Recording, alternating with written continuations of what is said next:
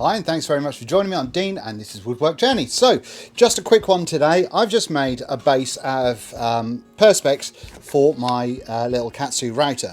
And I was making these handles, and because I wanted them to be sort of comfortable to grip onto and not look too horrific, then I thought I'd shape them a little bit.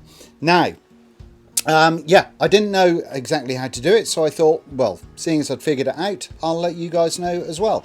I drilled a hole in the base of this, put a T-nut in. I'll show you in a minute. In fact, let's get straight to it. Righty then, so I'm making a couple of handles, and this is one of the ones I've just made. Essentially, it's part of a broomstick or something that I've drilled down the middle, pop one of these T-nuts into, and then job's a good one. I can screw it into what I'm making. There's actually a plate for my router. But yeah, I just thought I'd show you my attempt at how I'm going to curve this one around like I've done with that one. So let's get started. First of all, let's get a screw in the base of the wood.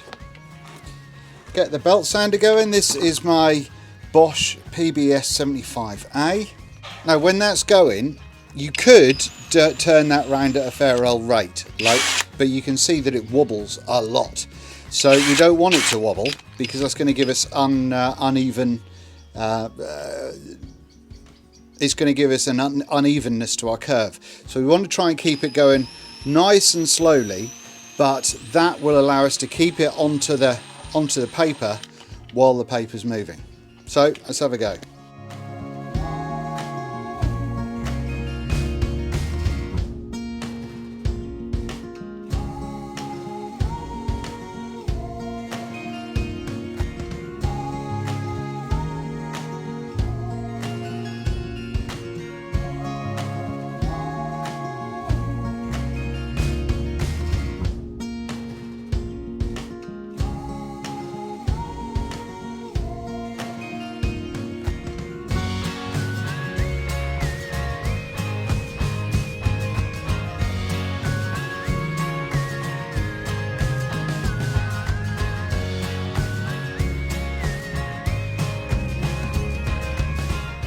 That has given us a nice rounded edge on top of our handle. Bosh! Have I just realised that these things look like something else, not handles? Yes, I have. Am I still going to publish the video making it look dodgy as? Yes, I will.